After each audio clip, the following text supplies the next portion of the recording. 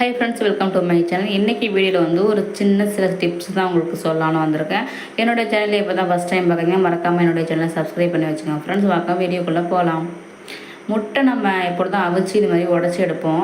அதுபோல் நம்ம வந்து முட்டை உடச்சி எடுக்கும்போது சில முட்டை நல்லா வரும், சில முட்டை வந்து பிச்சுக்கிட்டு ஒழுங்காக வராது, ஓட்டோடையே இந்த சதையும் வந்துடும்.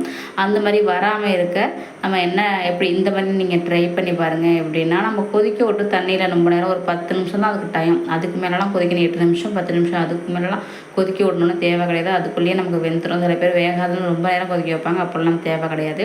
ஒரு 10 மினிட்ஸு கொதிக்க வச்சாலே போதும். அதுக்கப்புறம் ஆஃப் பண்ணிவிட்டு அந்த சூட்லேயே நம்ம வந்து என்ன பண்ணணும்னா, கொஞ்சம் பச்சை தண்ணி கலந்து உடனே உரிச்சிடணும்.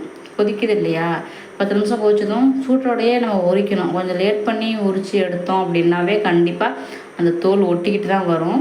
நீங்கள் இது போல் நீங்கள் ட்ரை பண்ணி பாருங்கள். அவிச்ச உடனே வெளியில் இறக்குறோம் இல்லையா, அப்போவே நீங்கள் இந்த மாதிரி ட்ரை பண்ணி பாருங்கள், சூப்பராகவே வரும். நெக்ஸ்ட் டிப்ஸ் என்னென்னா, இது போல் கருவாடாகட்டும், நம்ம கருவாடு தான் அலசுகிறேன், கருவாடாகட்டும், மீன் ஆகட்டும், நம்ம அலசிட்டு ஸ்மெல்லு போகாது. ஒரு 10 டைம் நம்ம வாஷ் பண்ணாலும் நம்ம கையிலேருந்து ஸ்மெல்லு வந்தபடியே தான் இருக்கும். இந்த நெகத்துலலாம் நம்ம போட முடியாது, சுரண்டி கழுவுறதுனால. அது மாதிரி இல்லாமல் இருக்க நான் என்ன டிப்ஸ்னால், நல்லெண்ணெய் இல்லைன்னா தேங்காய் நம்ம கையில் தடவினாலும் இந்த ஸ்மெல்லு இருக்காது. நீங்கள் ட்ரை பண்ணி பாருங்கள், இருக்காது.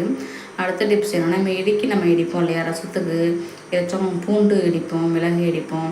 அதுபோல் இடிக்கும்போது கீழே நம்ம மாடியிலேயே குடியிருக்கோம் அப்படின்னா, மாடியில் தான் இருக்கேன், மாடியிலேயே குடியிருக்கோம், கீழே சத்தம் கேட்காம இருக்கணும் அப்படின்னா, நம்ம இது போல் ஒரு புடித்துணி நம்ம யூஸ் பண்ணுவோம்ல இப்போ சமைக்க, அந்த மாதிரி புடித்துணியை வச்சு நம்ம கீழே வச்சு நீங்கள் நசுக்குனீங்கன்னா கீழே சவுண்டும் வராது.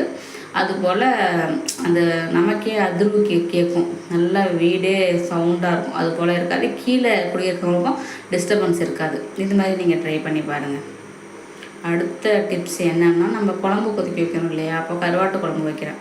கருவாட்டு குழம்புல இந்த மாதிரி மிளகு சேர்த்து பாருங்கள். மிளகு பூண்டு இதை ரெண்டுத்தையும் இடித்து, பூண்டு மட்டும் தனியாக சேர்ப்பாங்க சில பேர் அதுவும் சேர்க்க மாட்டாங்க.